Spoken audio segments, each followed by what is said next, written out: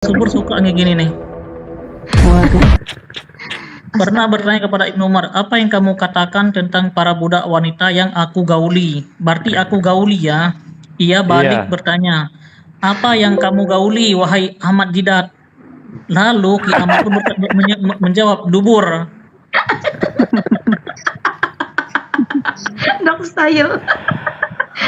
Aduh. Aduh, kurang asam. Anjingnya haram Ini- tapi stylenya Ini boleh. ini sekiro ini bukan surga, ini di dunia karena budak ini. Di surga nggak ada budak. Apa yang kamu katakan tentang para budak wanita yang aku gauli? Jadi budak ini di bumi ini. Apa yang kamu gauli? Aku sebutkan dubur. Kok kocok perut orang, kocok perkutut orang. Ada sampai beol tuh.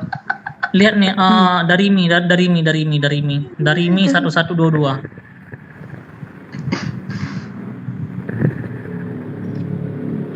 Aduh, lanjut ngopi dulu pagi-pagi. Kayaknya pagi-pagi nggak ada kopi, hilang inspirasi. Udah serem. Ampun deh. Sebegitunya gitu loh. Aduh, jadi kalau budak itu boleh didubur.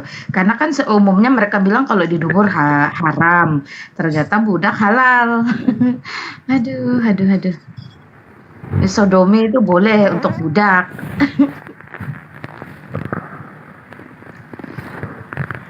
Kalau mau cari lanjutannya itu di ini ya, dari ini 118 ya, 1118 ya. Tapi Billy bangun, ada yang mau bom nih. Bangun woi Billy woi, bangun, banyak yang mau naik tuh. kalau haid boleh nggak kira-kira? Haid. Coba cari ayat haid. Kiamat jam berapa sekarang kiamat? 857. 9, bro. Iya, Jam 9 kurang 3. Nah,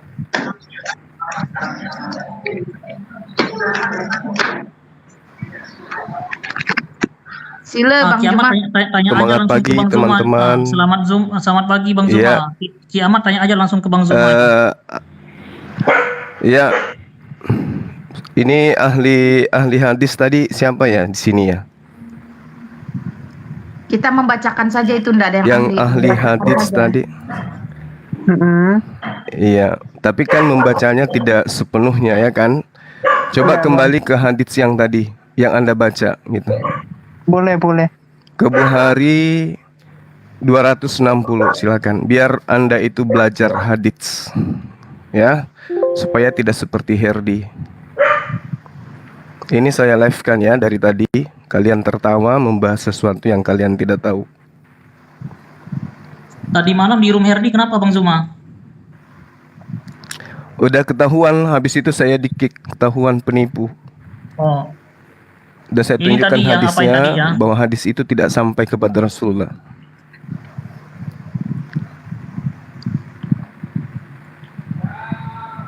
hadis dari ini Kitab Taharah bab menggauli istri pada dubur nomor 1118. Isnadnya siapa ini? Jangan itu. Itu Ya. terlalu parah, nanti kalian saya permalukan. Di Bukhari Ya. 260 yang tadi. Itu aja dulu, Bang. Itu aja yang tadi dibaca aja. Iya. Telah mengabarkan kepada kami Abu An-Nu'man telah menceritakan kepada kami Wahib dari Daud dari Ikrimah dari Ibnu Abbas bahwa ia tidak menyukai seorang laki-laki mendatangi istrinya pada dubur dan mencelanya dengan celaan yang sangat. Ya, terus bagaimana Apa tuh? posisi hadisnya? Posisi hadisnya, hadis, keterangan hadisnya gimana? keterangannya Keterangan isnadnya hadisnya sahih menurut gimana gitu?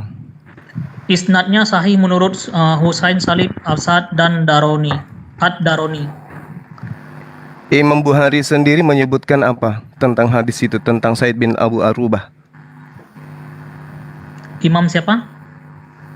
Imam Bukhari, kan ini hadis Imam Bukhari tuh. Imam Bukhari memberikan keterangan tentang riwayat Ini Said bin Abu Arubah dari itu ini. seperti apa? Tabrakan ngomongnya. Iya. Langsung jelaskan aja, Bro. Saya minta keterangan hadisnya. Di situ kan ada dikatakan sa'atil wahida, satu waktu. Maksudnya adalah rentang waktu tertentu, bukan waktu yang dikenal dalam itu istilah ini yang biasa. di Bukhari tadi, Bang Zuma, bukan di sini mungkin ya. Nah, itu dia makanya. Saya kan mintanya Bukhari 260. Iya, Yang coba yang dari kitab Mi dulu tentang aja, mandi bro. yang kalian tertawakan tadi itu. Oh, ini kan dari ini 1118. Makanya saya lihat kok nggak ketemu, rupanya Yang Bang Zuma masih 200 maksudnya yang di Bukhari. 260. Yang ini aja dulu, bro. Ya, Bro yang kalian bahas aja. tertawakan tadi itu. Satu yang ini aja dulu. Kenapa ngeyel pindah? Enggak, satu-satu. Bro, bisa yang ini Satu-satu enggak? dulu, yang awal Bro, tadi, yang awal. Yang ini aja Yang kenapa? awal. Yang ini apa enggak? Yang ini awal kenapa? dulu, yang awal dulu. Kalau bro enggak Yang paham awal ya, yang saya dengarkan tadi itu yang awal supaya saya luruskan gitu loh. kalau enggak paham ya, Ingat kalian monolog tadi loh dan berarti saya kamu live kan, nggak ngerti? bisa. Supaya kalian itu tertolong, mundur ke hadits yang tadi, mundur ke hadits yang tadi. Enggak, saya harus luruskan. Saya harus luruskan yang tadi. Ini aja dulu. Saya nggak mau, saya mau ini biar kalian terjebak di sini. Saya mau Anda mundur ke hadits yang tadi 260 Bukhari Muslim yang Anda tertawakan Rasulullah menggilir istrinya. Luruskan yang ini Bro. dulu kenapa masalahnya? Yang ini baru 260 bro, kalau mau. Yang tadi, yang hadis Bukhari 260. Baru Ini dulu. 260. Jadi biar Silakan, kalian bro. didengar Jadi yang ini bagaimana? Nggak jadi yang ini. Yang ini baru 260. Jangan ya, satu-satu kembali ke hadits yang tadi. Bro, nggak bisa. Semua hadits yang kalian bawa itu, ya, itu ada keterangan hadisnya.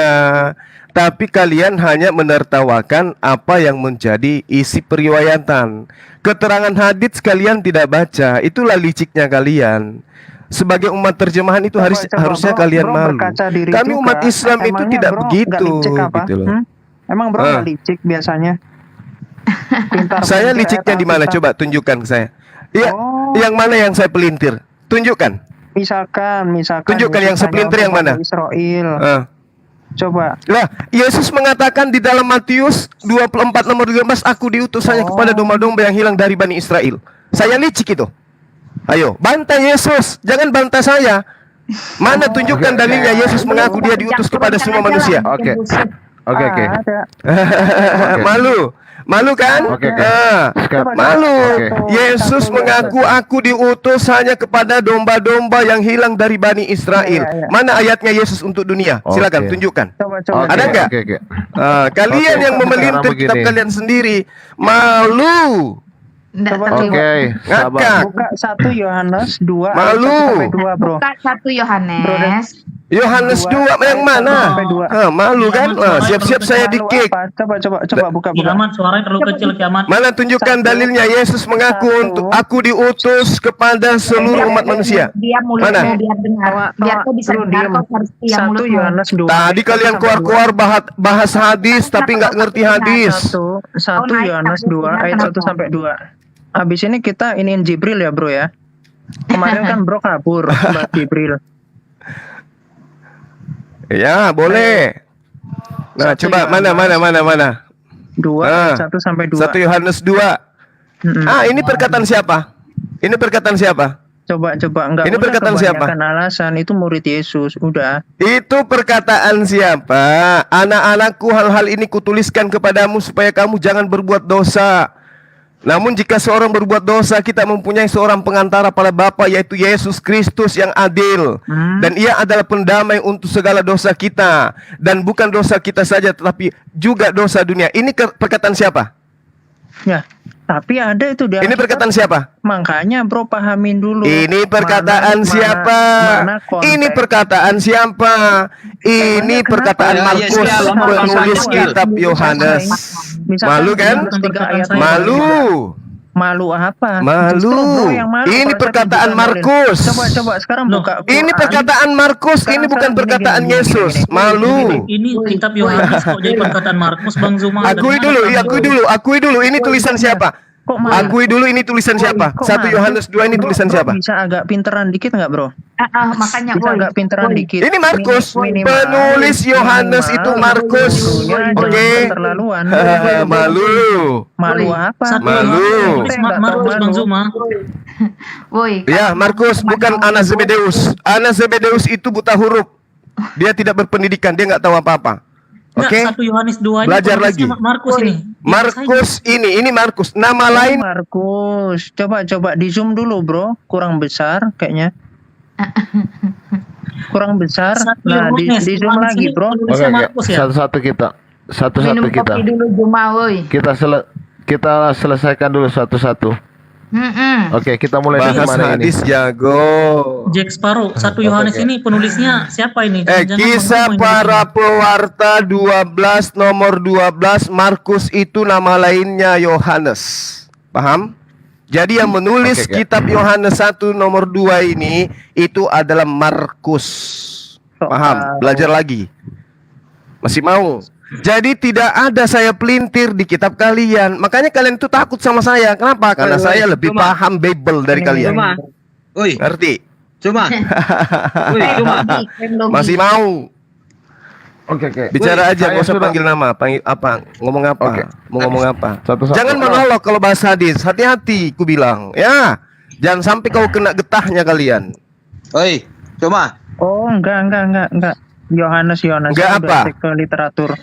No, 1 Markus. Yohanes ditulis oleh Yohanes. Lu sok tahu, makanya Ya, belajar lagi. itu pengakuanmu. Itu Belajar pengakuanmu. lagi, Bro. Tapi Belajar kitabmu yang lagi. mengatakan. Bro, enggak Kitabmu pinter-pinter yang aja. mengatakan. Emang enggak pinter-pinter. 1 Yohanes ditulis oleh Tunggu. Yohanes, penulis Injil Yohanes, seperti yang Memang terlihat nggak dari tiga pintar tipe dia. dan gaya tulisannya. Temanya kebenaran persekutuan yang hidup dengan Tuhan Yesus. Waktu penulisan 85 sampai 95 Masehi. Tempat Efesus. Yang Bung, bersejarah tempat Enggak, pelayanan Bung, Yohanes dan kitabmu akhir yang dunia. menerangkan. Itu keterangan yang muncul belakangan.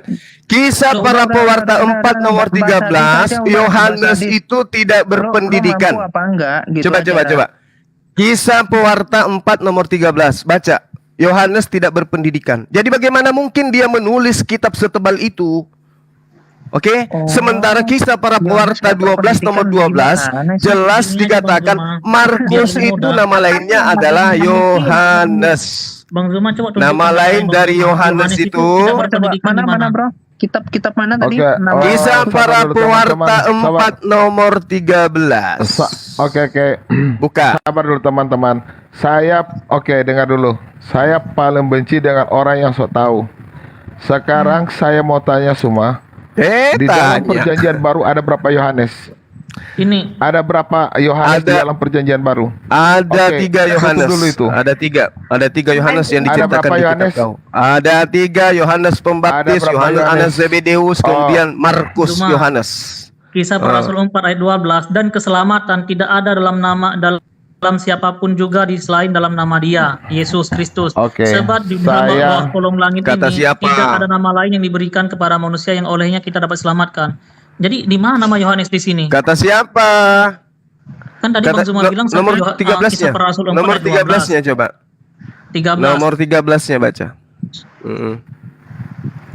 Ketika Oke, sidang saya itu tanya- melihat keberadaan Catat Petrus dan itu ya. Yohanes dan mengetahui bahwa keduanya orang biasa yang tidak terpelajar, heranlah mereka dan mereka mengenal keduanya sebagai pengikut Yesus.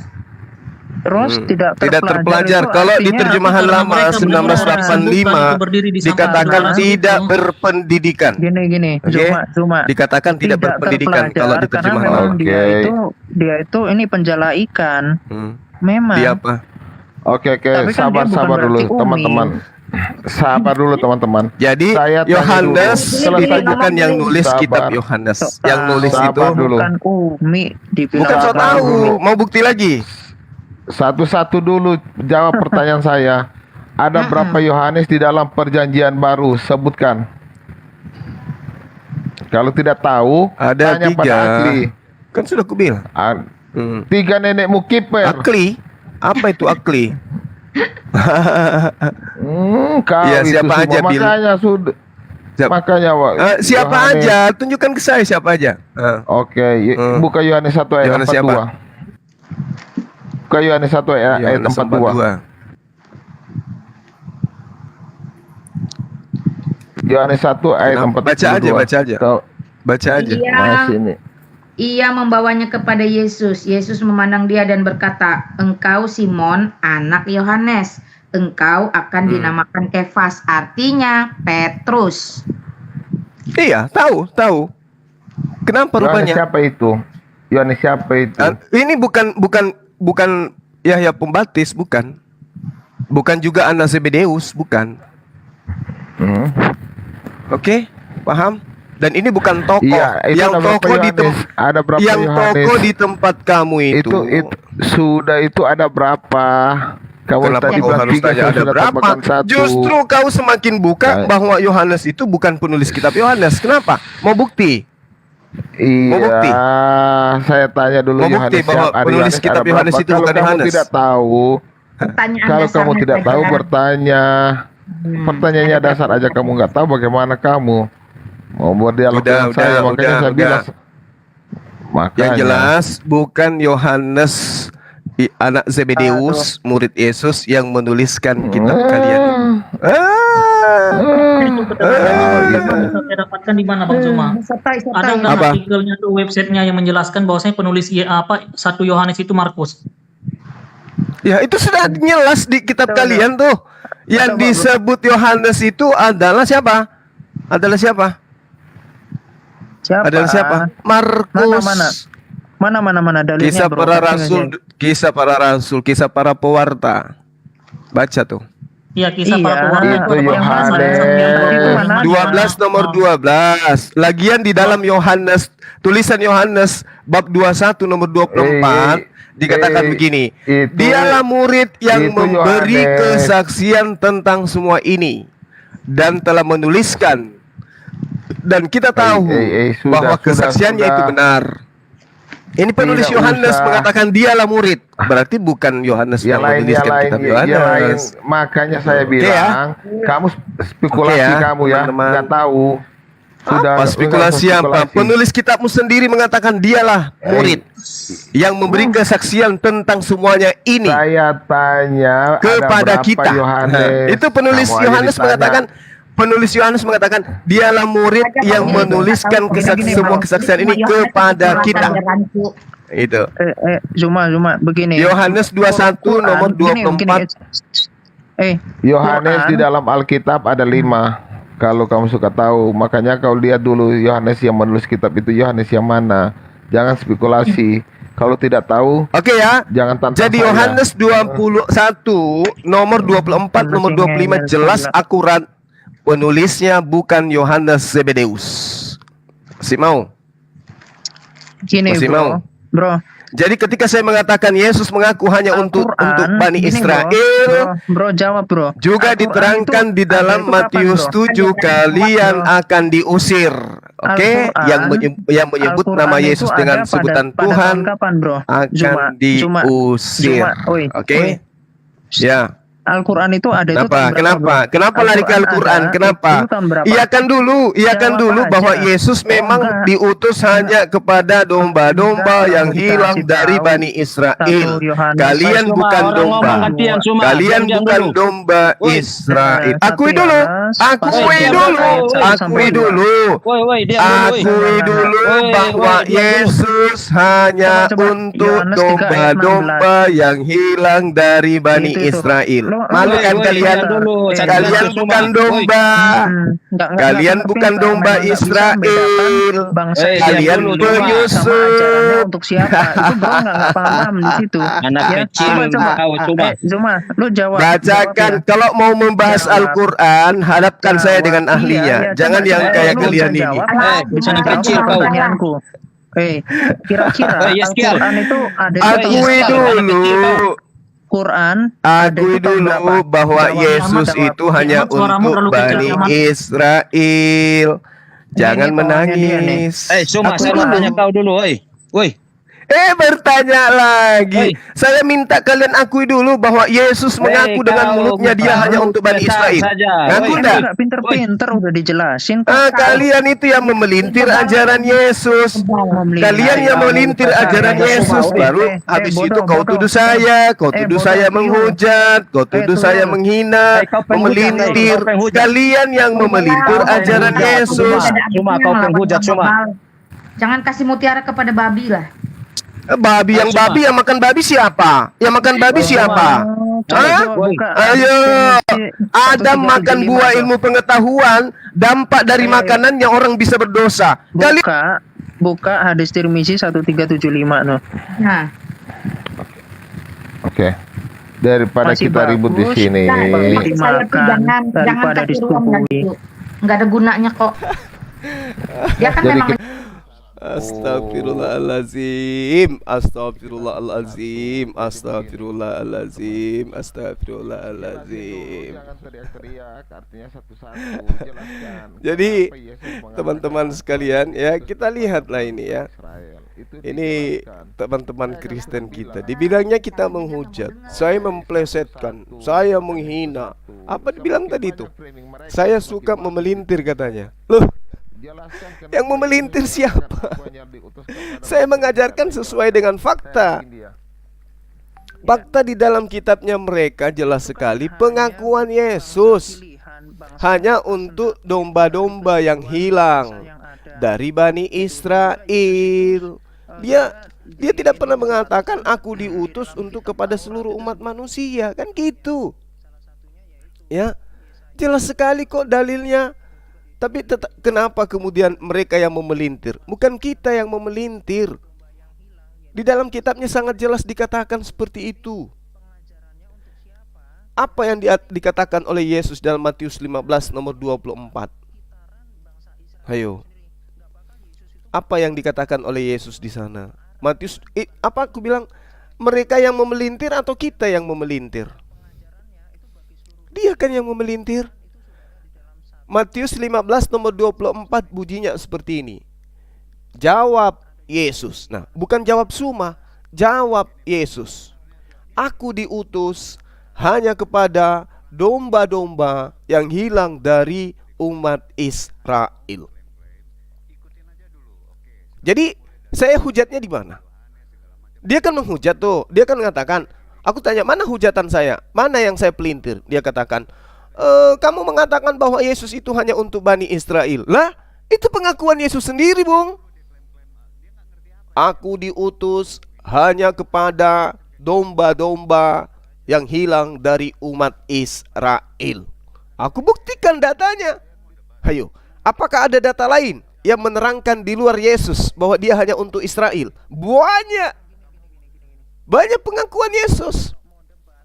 Misalnya di dalam pengakuan orang yang di luar Yesus. Siapa? Lukas. Di mana dituliskan? Di Kisah Para Pewarta 2 nomor 22. Apa yang dituliskan di sana? Hai orang-orang Israel. Nah. Hai orang-orang Israel. Dengarlah perkataan ini.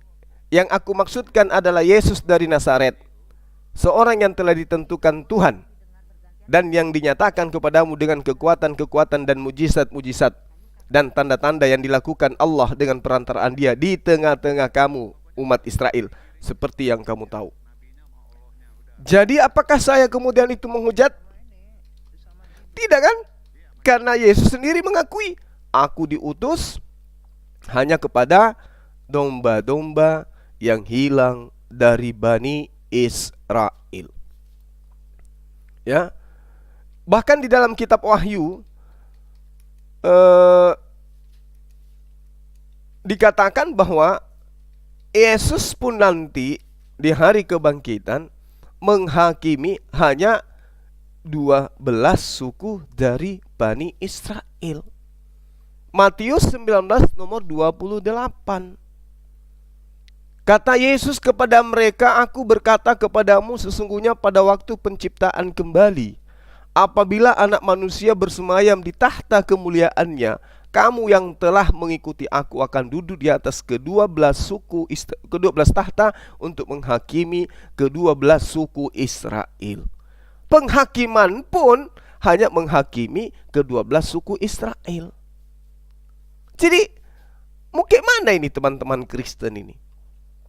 Matius 10 nomor 5 nomor 6. Jawab Yesus. Jadi bukan jawab Suma. Jawab Yesus. Yesus menjawab, aku diutus hanya kepada domba-domba yang hilang dari Bani Israel, hanya kepada bangsa Israel saja. Itu pengakuan Yesus.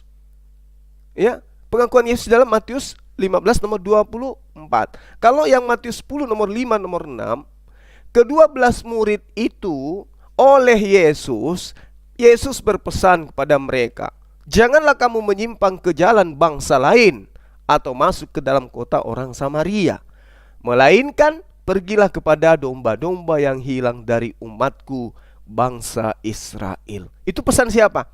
Pesan Yesus. Hati-hati, hati-hati. Nuduh saya itu menyelewengkan, memelintir dan seterusnya. Hati-hati, Bung. Hati-hati, ya. Kata Yesus kepada mereka di dalam Matius 19 nomor 28. Engkau yang menjadi pengikutku akan duduk di atas tahta untuk menghakimi ke-12 suku Israel. Hati-hati, ya. Yohanes 17 nomor 9. Kata Yesus, ini kata Yesus nih, bukan kata Suma. Aku berdoa untuk mereka Bani Israel. Aku berdoa bukan untuk dunia, tetapi hanya untuk mereka Bani Israel. Kisah para pewarta 16 nomor 6. Karena Roh Kudus mencegah mereka untuk memberitakan Injil di Asia. Jadi siapa yang kemudian ya yang menista, siapa yang menghujat ini? Saya di-kick, saya diblokir, itu kerjaan kalian. Matius 2 nomor 5 nomor 6. Demikianlah ada tertulis dalam kitab Nabi. Dan engkau Betlehem tanah Yehuda, engkau sekali-kali bukanlah yang terkecil di antara mereka yang memerintah Yehuda, karena daripadamu lah akan bangkit seorang pemimpin yang akan mengembalakan umatku Israel. Siapa pemimpin itu? Yesus. Untuk siapa? Untuk umatku. Siapa umatku? Bani Israel. Lukas 2 nomor 34. Lalu Simeon memberkati mereka dan berkata kepada Maria, ibu anak itu, sesungguhnya anak ini ditentukan untuk menjatuhkan atau membangkitkan banyak orang di Israel. Lucu ya? Dibilangnya kita yang plesetkan. Masya Allah.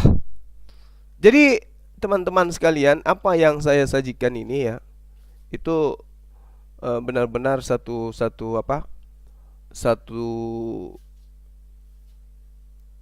kondisi di mana si kiamat itu kembali kita lihat, kita buktikan dia menghujat, ya kan? Lagi-lagi dia menghujat. Jadi kalau kita ingin membuktikan bahwa Yohanes, penulis kitab Yohanes itu bukan murid Yesus, baca aja teman-teman di Yohanes 21 nomor 24 sampai nomor 25. Di situ sangat jelas bahwa dialah murid yang memberi kesaksian tentang semuanya ini dan yang telah melakukannya, dan kita tahu bahwa kesaksiannya itu benar. Masih banyak hal-hal lagi yang diperbuat oleh Yesus, tetapi jikalau semuanya itu harus dituliskan satu persatu, maka agaknya dunia ini tidak dapat memuat semua kitab yang harus ditulis itu. Jadi penulis kitab Yohanes ini mengakui ada murid yang memberi kesaksian tentang semua apa yang telah terjadi, ya. Dan kata penulisnya, kita tahu bahwa kesaksiannya itu, maksudnya kita ini tahu bahwa kesaksiannya si murid Yohanes itu adalah benar. Jadi jelas bahwasanya bukan Yohanes anak Zebedeus yang menuliskan kitab Yohanes. Lalu siapa yang disebut Yohanes di dalam kitab mereka? Markus. Apa pembuktiannya? Kisah para pewarta 12 nomor 12. Dan setelah berpikir sebentar, pergilah ke rumah Maria, ibu Yohanes, yang juga disebut Markus. Oke? Tentang hadits ya, Oke, baik. Tentang hadits yang dia terangkan tadi itu, kita ambil satu aja untuk membuktikan kehancuran daripada otak mereka itu rusak ya, bocor halus tapi semuanya keliling. Hadis itu sudah sangat jelas dikatakan bahwasanya sa'atil wahidah itu artinya suatu waktu, maksudnya adalah tentang waktu tertentu, bukan waktu yang dikenal dalam istilah biasa. Kemudian Imam Bukhari menyebutkan bahwa riwayat Sa'id bin Abu Arubah ya, itu dikatakan oleh Imam Bukhari itu tanpa menyebutkan silsilah periwayatannya. Jadi kalau ada hadits yang tidak disertakan dengan silsilah periwayatnya, maka hadis itu dianggap apa rupanya? Coba. dianggap apa hadits itu ketika dikatakan bahwasanya silsilah periwayatannya itu tidak ditemukan atau tidak disertakan. Nah, apa nama hadis ini apa kira-kira teman-teman? Itulah payahnya kalau orang-orang ini kemudian membahas Islam, membahas hadis, tapi mereka itu tidak paham gitu loh. Hadisnya kan sudah jelas dikatakan di situ. Yadkhur al-Iman al-Bukhari fi fadda al-makan Tariq Said bin Abi Aurabat dun'at yakun nasabahu. Tidak dijelaskan silsilah tentang periwayat daripada hadits ini. Berarti jatuhnya kepada siapa? Dhaif. Itu kalau sampai kepada keterangan tersebut. Oke. Kemudian hadits ini ketika Ibnu Hibban menggabungkan kedua riwayat di dalam sahihnya dengan menjadikan dalam dua keadaan, beliau kemudian diterangkan keliru dalam perkataan yang pertama ketika dia mengatakan beliau baru datang dari Madinah. Ini jelas sekali ya, diterangkan di dalam keterangan hadits ini. Ibnu Hibban menggabungkan kedua riwayat ini dalam sahihnya dengan menjadikannya dalam dua keadaan. Tetapi Ibnu Hibban keliru dalam perkataannya. Yang pertama adalah ketika beliau baru datang dari Madinah, di mana ia mempunyai 9 istri. Dan yang kedua adalah ketika masa-masa akhir, di mana di sisi beliau ada 11 wanita. Letak kekeliruannya adalah ketika datang di Madinah, beliau tidak punya istri sama sekali selain Saudah. Dan ketika sampai di Madinah, barulah beliau hidup bersama dengan Aisyah. Kemudian beliau menikahi Ummu Salamah, lalu Hafsah dan Zainab binti Husaimah pada tahun ketiga dan keempat. Kemudian beliau menikahi Zainab binti Jas, lalu pada tahun kelima dengan Juwairah, dan yang tahun keenam dengan Safiyah. Sementara Ummu Habibah dan Maimunah pada tahun ketujuh. Mereka itulah yang diketahui telah digauli oleh Nabi setelah hijrah. Sedangkan Raihana, tawanan Bani Quraisyah, masih diperselisihkan oleh para ulama. Jadi hadis ini hadis apa? Hadis ini hadis apa? Kemudian itu mereka pertontonkan, dipublish untuk ditertawakan gitu loh. Ya. Sedangkan Ibnu Ishaq menyatakan bahwa Nabi Muhammad SAW menawarkan kepadanya untuk menikahi dan dipakaikan hijab, tetapi ia telah memilih menjadi budak. Nah, sebagian besar ulama mengatakan bahwa ia meninggal sebelumnya pada tahun ke-10. Demikian juga Zainab binti Husaimah, ia meninggal tidak lama setelah bergaul dengan Nabi Muhammad SAW. Jadi banyak ungkapan-ungkapan yang kemudian yang memperjelas kedudukan hadis ini. Dan umat Islam tidak akan mendapatkan pemahaman hadis ini sebagai hadis yang harus dijadikan sebagai pedoman pokok akidah di dalam menentukan satu prinsip terhadap syariat yang ditentukan oleh Islam. Ini dia. Ya.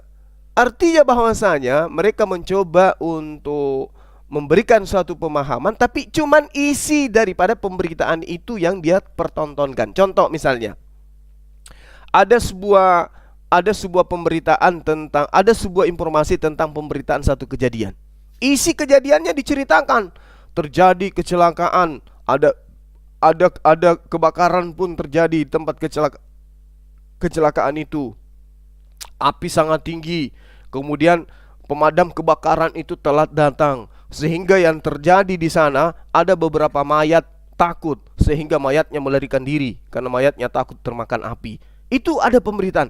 Tapi kemudian ya, sanad dari pemberitaan itu tidak dibacakan, bahwa berita ini diceritakan oleh seorang yang cacat, dia kurang mentalnya gangguan, kemudian dia adalah pembohong, namanya ini, ketemu ini dan ini. Tidak diceritakan itunya. Yang diceritakan isinya tadi, kan konyol.